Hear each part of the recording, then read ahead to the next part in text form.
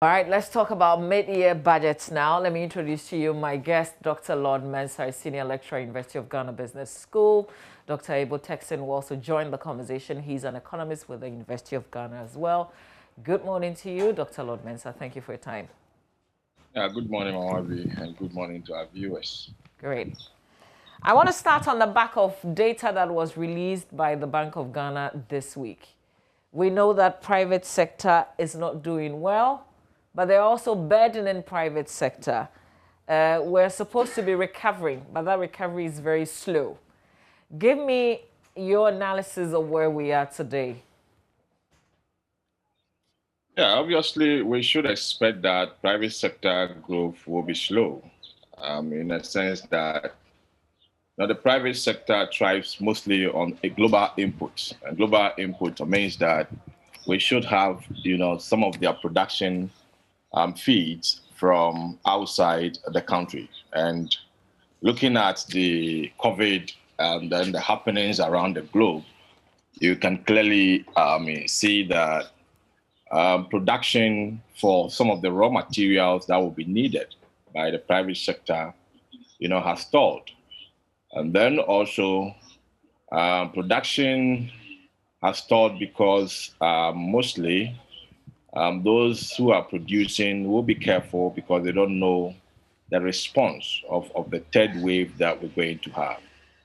But on our local market, let's look at, the interest levels in this country, whether it is going down and how it is feeding into, credit to the public.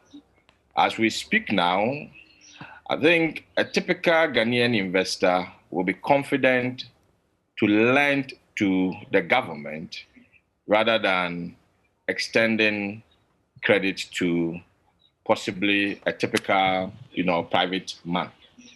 And so the government treasury bills for some time now has been slow in coming down. I was expecting the trajectory that we started moving on would have been somewhere around 11% now, so that it can, help the private man to borrow from the bank at a lower cost.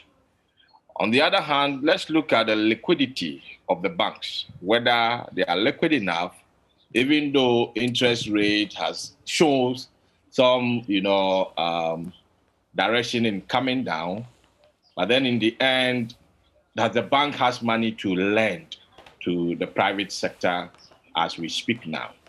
So effectively, all these things are factors that are likely to affect, the private sector growth.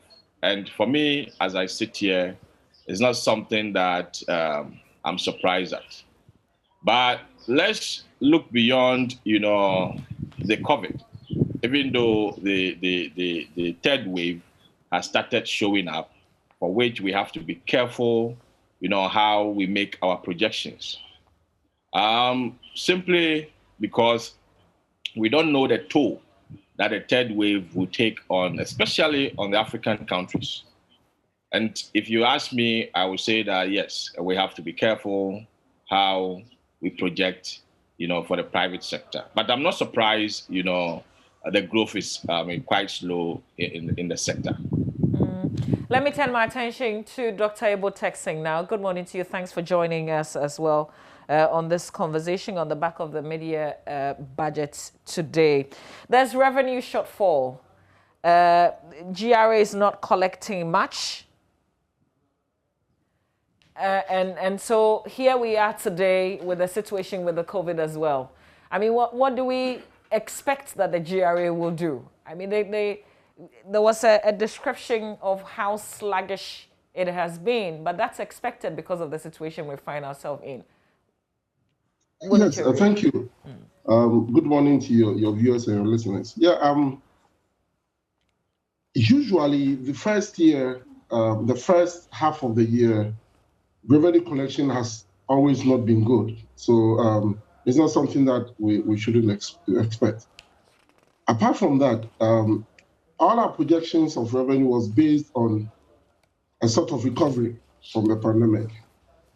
and the expectation that the private sector was going to get back to business as usual, and then the government is able to collect taxes. The problem is that the recovery in the first half of the year, though it looks very promising, has not been what we expect.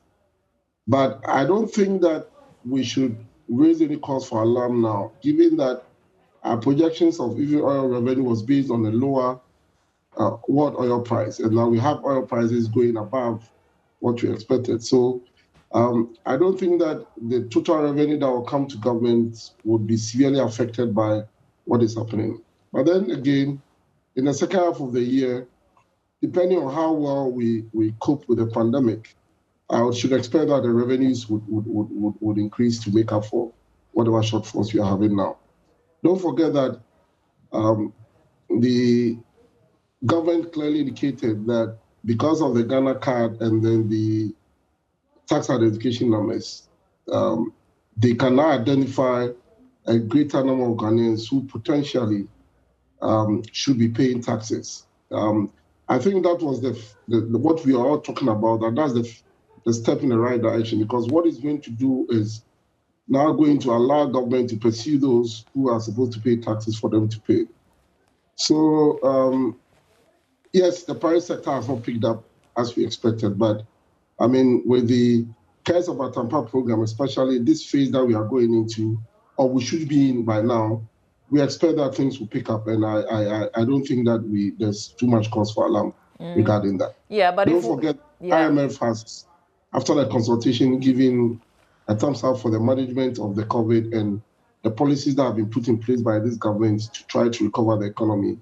And they clearly give them a thumbs up for doing the right thing, hoping that in the next 2 to 3 years, our economy should be back to where it was at the pre-pandemic level. Don't forget that by the time the pandemic ended, we are doing so well in terms of the macro indicators. So we need to pray that the third wave doesn't get out of hand. And that is why every Ghanaian should try as much as possible to observe the safety protocols, because if it gets worse, then we are going to go back to what we went through last year. And that is even going to slow down our recovery that we expect. I like the reminder that you give. There are a lot of things that we've put in place, but if private sector is not doing well, then we still can't pay enough taxes. We'll still be below the targets. Yeah, precisely. I mean, so that is why if you look at the Cares of Atampa program, the private sector is key to that revitalization of the economy and then the recovery. And I think that whatever support that they need, the government should give to them. What is important to note is that the policy rate hasn't increased for some time, and we are just hoping that with the expectations of what inflation is going to be, because as we speak, it's within the targets, we are going to have a situation where interest rates are not going to increase too much. And then also very critical is the fact that the government has clearly indicated the setting up of a National Development Bank. Although it might not necessarily be a bank that would be offering a direct support to the private sector, I think that in terms of support to the light manufacturing industries that we are hoping the private sector to take the lead, there will be some support for them. And then secondly, also the fact that indirectly the National Development Bank is going to fund some of our infrastructure is also key. The digitization should help our private sector to be able to recover faster in terms of business processes and all of that. So if the cost of doing business, we are able to bring that down a little bit, I think that the private sector should be able to rebound and get our economy moving. I won't, as I sit here, have any pessimistic view of this economy. The economy is going to recover, and I think that what is happening currently is something that we should be excited about. Okay. Dr. Lord Mensah, do you see the supplementary budget announcing additional measures, if you like, to shore up revenue mobilization? Yeah, I think some structures have been put in place, and I'm expecting that they will feed into the review.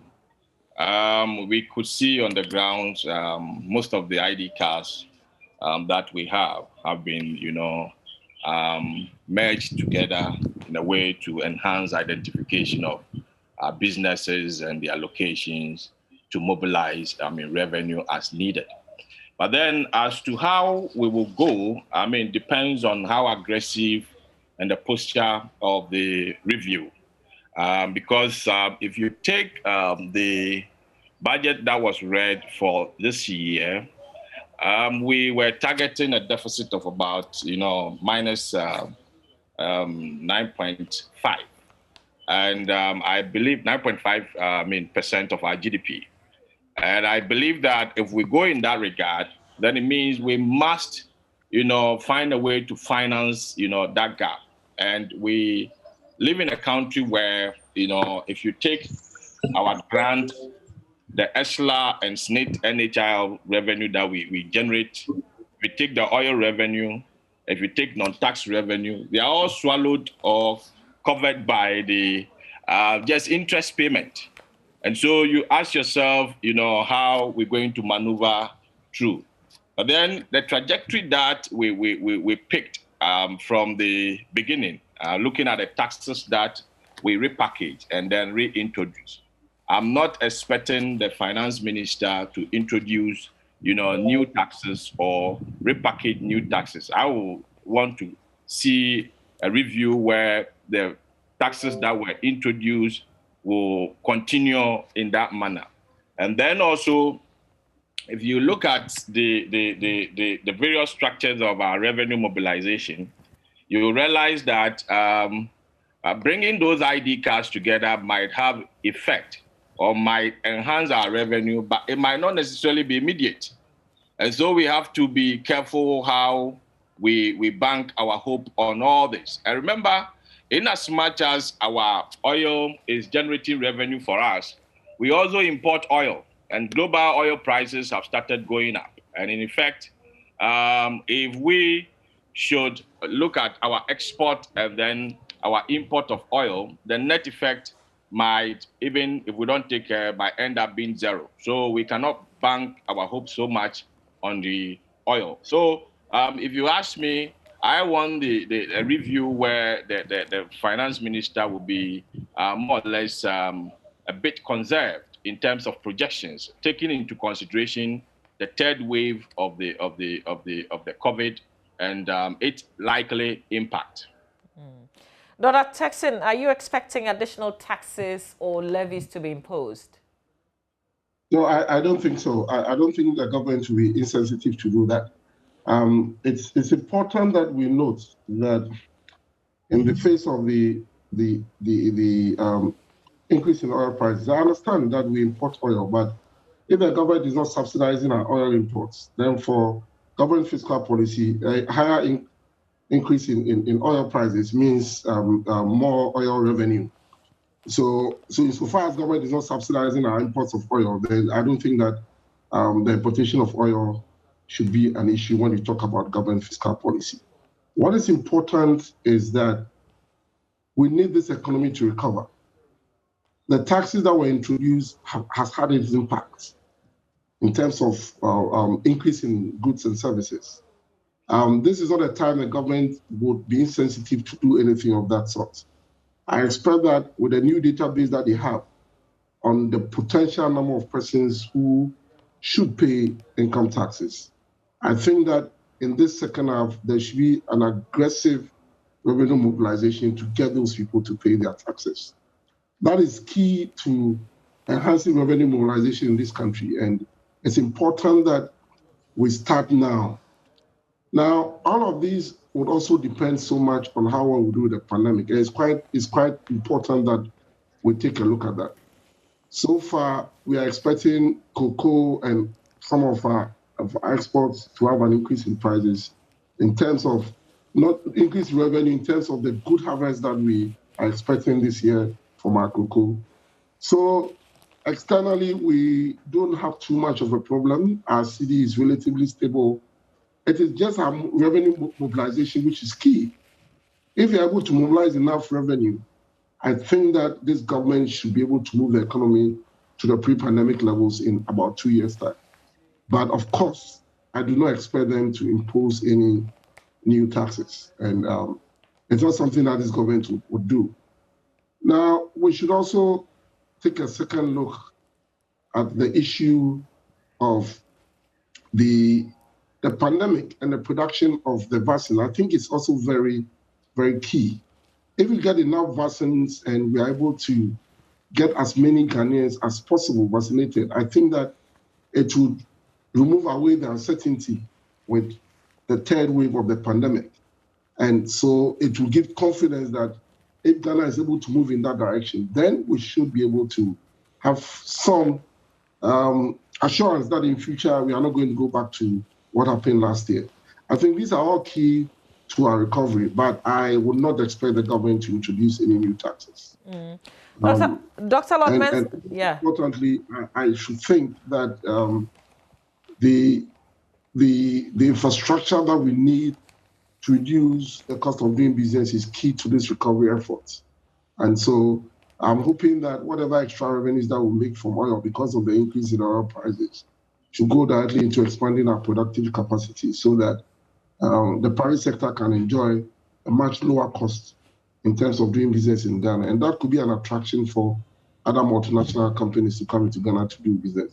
Don't forget that our free SHS is leading to a situation where we are improving on the human capital that we have. And don't forget that any industrialization effort is normally built on improved skills of the labor force. And these are all signals that go out to the world that Ghana is doing something both in terms of the human capital development and in terms of other infrastructure. So we should hope that the government would look more at expanding the base and then getting more people into the tax database and then aggressively supporting the GRA with logistics to go and pursue those who are supposed to pay taxes and collect those taxes. Okay, so now I want to speak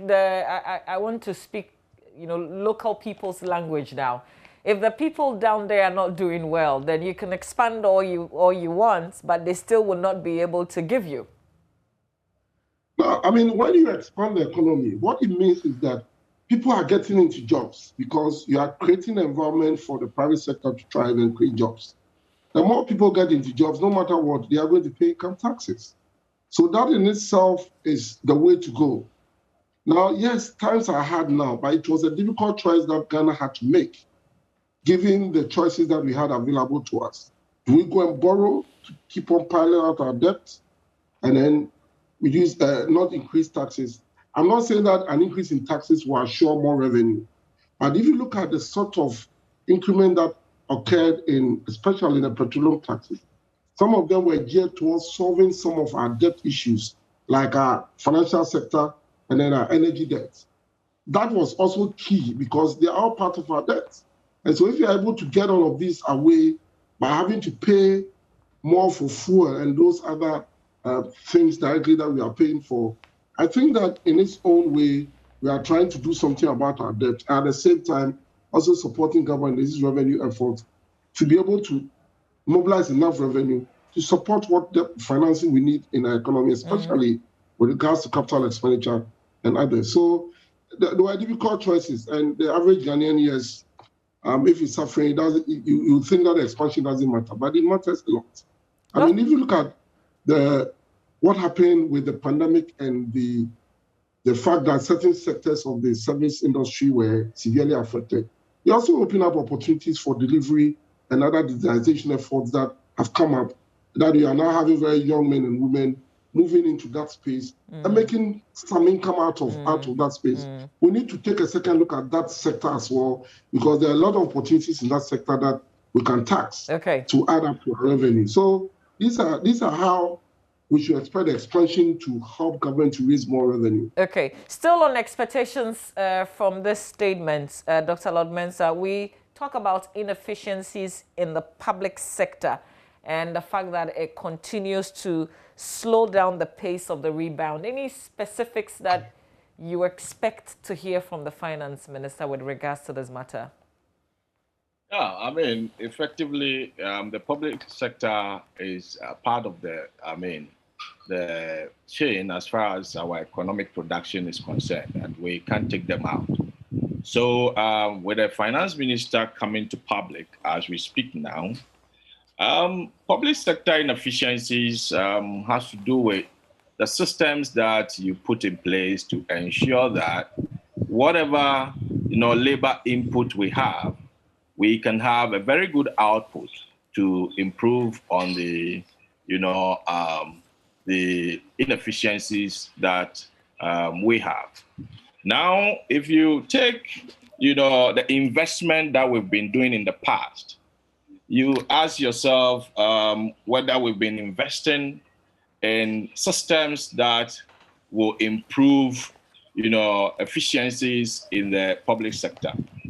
You should understand the orientation of the current administration. We cannot we cannot dissociate policy, target to whatever, direction the economy takes. You realize that the current administration has been targeting social investment, over the years. And I believe that we've not concentrated so much on much input or investment that will enhance, public sector delivery. And so I'm expecting in this budget that at least a bit of concentration should go in that direction when it comes to the reallocations that we're going to do, so that we can realize some, efficiencies in that sector. So it is important for much concentration when it comes to some of the allocations we're going to do in the second half of the year. Great. And I want to come to you, Dr. Texting, on the issue of high interest rates, increased borrowing. What do you specifically want to hear from the minister? Say.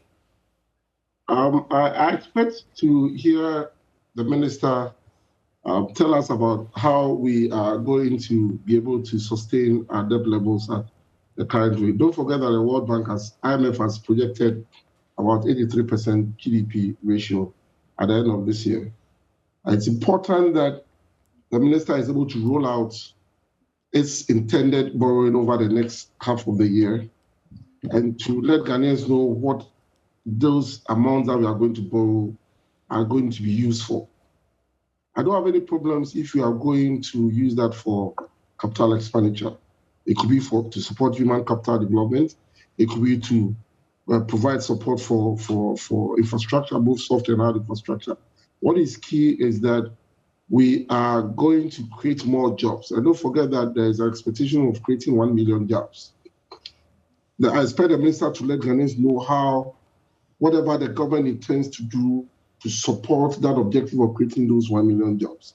I think that is key in the second half.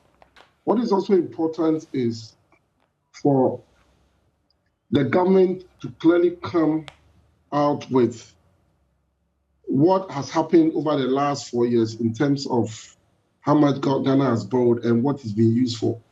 I hear people say that we have nothing to show for how much we borrowed, but I mean, right from 2012 to, I think, before the COVID, I think that Ghana had done some very useful infrastructure projects that will take time to have its impact. I think at times our expectations of some of these interventions and how quickly they should transform to the economy is too high. It takes a while. Is it our expectation or support that are needed to? Yeah, sorry, I was just going to say, is it support to industrialization and so on and so forth? Yeah, I was just going to say, yes. Dr. Texana, is it our expectation or the promises given to us? So, for instance, if you take the president's promise of hospitals, he gave himself some 36 months.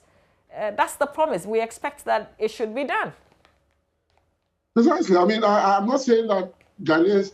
I'm saying that at times our expectations are so high based on how we expect some of these interventions to make an impact. I'm not talking about the political policies that are made on political platforms and so on and so forth. For me, I'm talking about the analysis of the economy and how we should expect some of these things to play out. Yes, I understand. We should hold the government to its promises. But our expectations of how soon some of these things will have an impact on our daily lives is too high. It takes a while. I mean, some countries took 4 decades for them to see the impact of some of the very good things that were done in their economies to take place. I'm not saying that we should expect 4 decades, but what I'm saying is that there has been a lot of additions to infrastructure from 2012 to 2020. And these are key sets of infrastructure that should enable Ghana to expand its economy. You talk about energy, you talk about infrastructure like the interchanges that we are doing, the roads that we are building, even in terms of addition to school infrastructure and all of that. These are key infrastructure that are very relevant for development. And so I do not expect that we should think that once the roads are built and all of these things instantly, we should look at the promise that this infrastructure that are put up holds for the private sector to find it very conducive to invest and expand their productive activities within our domestic economy. Government can only provide the environment for the private sector to thrive. And I think that is the key of this government, to let it be a private sector-led development process. So we need as much as possible to see how these support the private sector, and also to get the private sector the needed support in terms of even finance to help them to expand and then create more jobs. Okay. It is key that we create jobs for our youth. It is key that we create a type of jobs that would also depend on the endowment that we have as a country that is endowed with agricultural resources.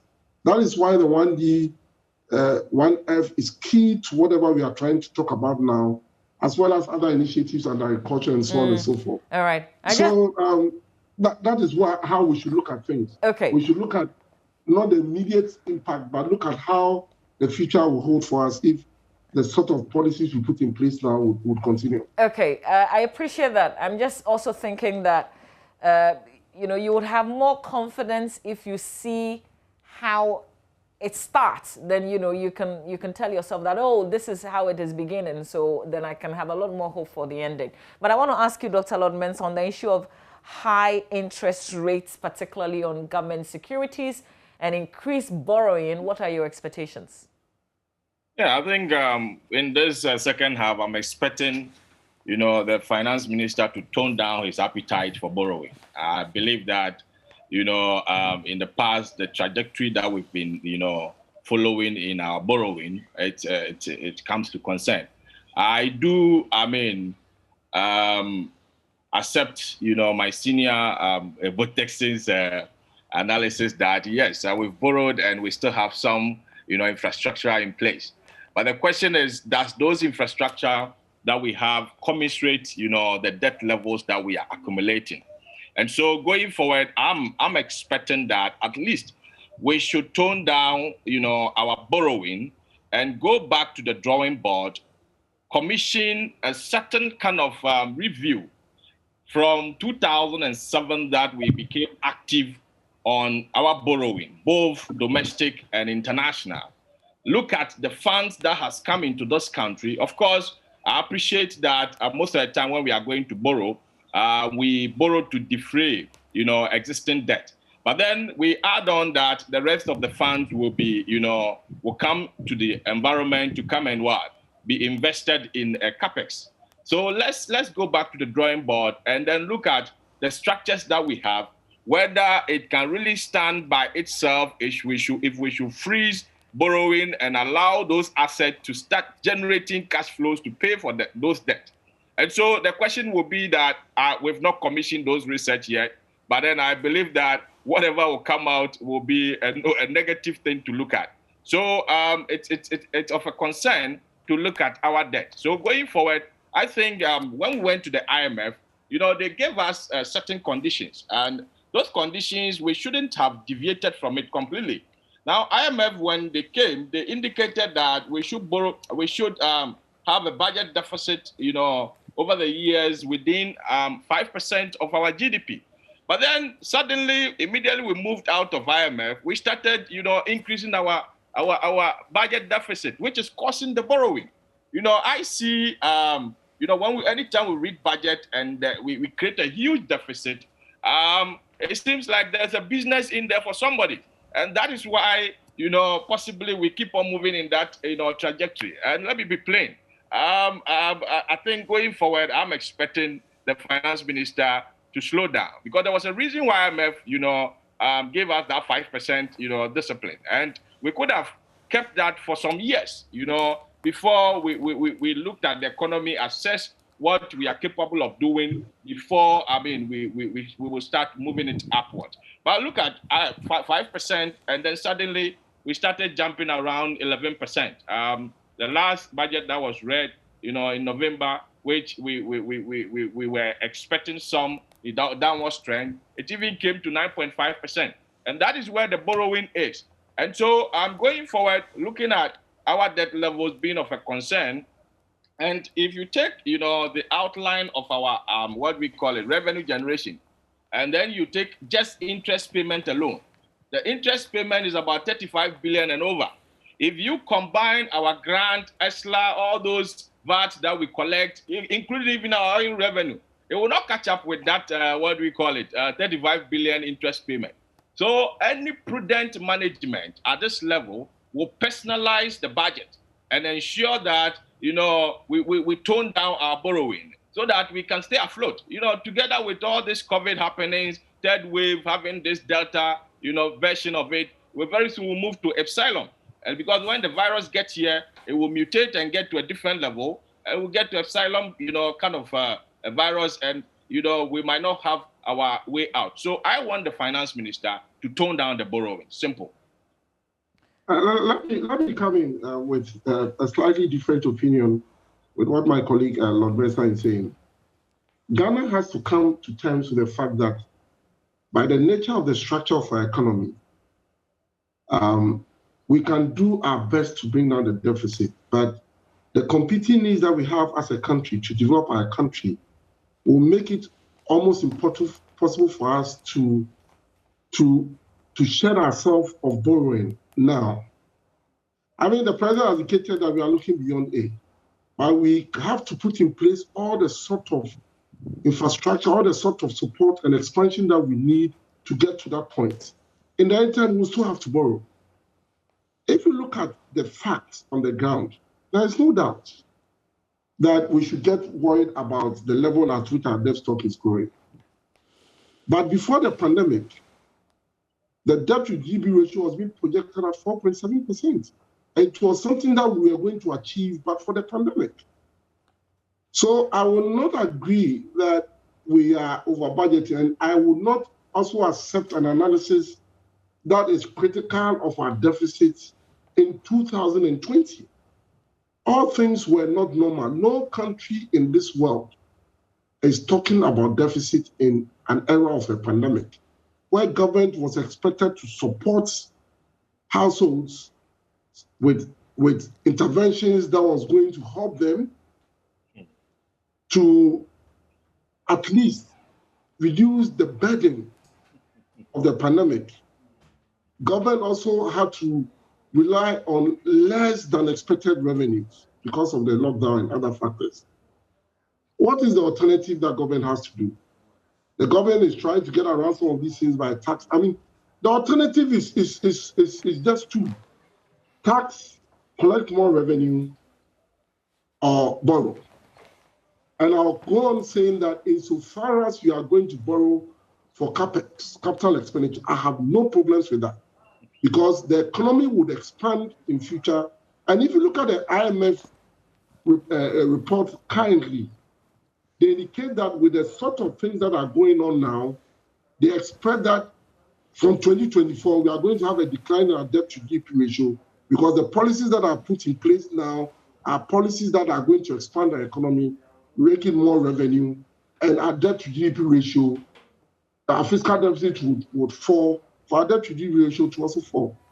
It is easier said when you are out there. Oh, government should stop borrowing, government should stop. What is the alternative? Okay. As we put in place structures to get more people to pay taxes, this is a problem with sub-Saharan Africa. It's part of the structure of our economy. Our informal sector is very large. It's very difficult for us to tax the informal sector without having to put in place structures and reforms to get everybody on board. Yeah. And so the alternative is very limited. And I would not blame any government that will say that, look, if we are collecting revenues to expend or increase expenditure, let us go and borrow. And if you look at the government's debt reports that it publishes every year, they clearly indicated that they were making efforts to replace some of our high-cost domestic debt with relatively cheaper and longer-term finance, external finance. Okay. These are all ways in which you can look at the debt, change the profile of your debt, and make it easier for you to service it. And in these times, I don't think that our caution should be that let's limit on our borrowing. Yes, it's important that we let the government be aware. So I get the sense that that should be key. I get the sense that an issue for you. Yeah. Even now. Pardon? No, I'm just saying that I get a sense from what you're saying that more borrowing isn't an issue for you now because, as you say, there are limitations. Is it that you do more taxes, you collect more revenue, which we're not doing anyway, and so borrowing is not an issue for you? Of course not. I mean, it's not an issue for me. All right. What is important for me is expanding. You see, it's our debt stock as a percentage of our GDP. When our GDP expands, our debt to GDP ratio will come down. Okay, all right. Our revenues will increase.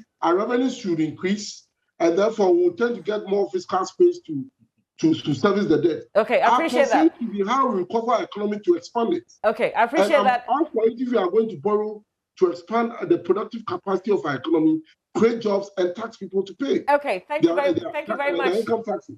Thank you, Dr. Ebo-Texing. I'm just wrapping up in some 30 seconds, and I beg your pardon for this, Dr. Lord Mensah. We're obviously not collecting more. We say things are hard, so we shouldn't expect more taxes.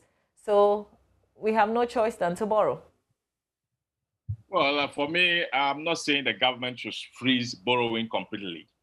What I'm looking at is to slow down the borrowing. If you look at, our debt sustainability issues, you clearly understand that the speed at which we are borrowing, right, is higher than the speed at which economy is growing.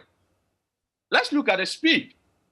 So if you take the speed into consideration, the momentum that we've gathered in our borrowing compared to the momentum that, our economy is growing, you realize that obviously we are borrowing faster than we are growing the economy. Okay. And anybody would tell you that once you pick that pace and the trajectory is getting, especially in African countries, your debt to GDP is hitting around 75% and all those, it will be the time to tone down your borrowing. Okay. I'm not saying government should freeze, its borrowing. All now right. Let's look at the fiscal support that we had during the COVID that, we seem to say that it has grown our debt. Now, fiscal support, countries were providing fiscal support most of the time from their buffer. As a poor country like Ghana, you don't provide fiscal support for 6 months when your reserve, foreign reserve can cover up to 4 months in case, you should go, off board. Well said. So for me, on that note, we should, look at the economy. Okay. All right. Dr. Lord Mensah, Dr. Ebo-Texing, I know there's an appetite to come in again, but this is where we have to leave it. So I guess we have to wait and have a conversation after the delivery of that statement in Parliament. Advertised time, though, is 12 p.m. today. So we have to wait a little longer for that presentation. That will be it. Thank you, gentlemen, for the two perspectives that you bring to this conversation. IB is coming up next with some show business news. Stay with us.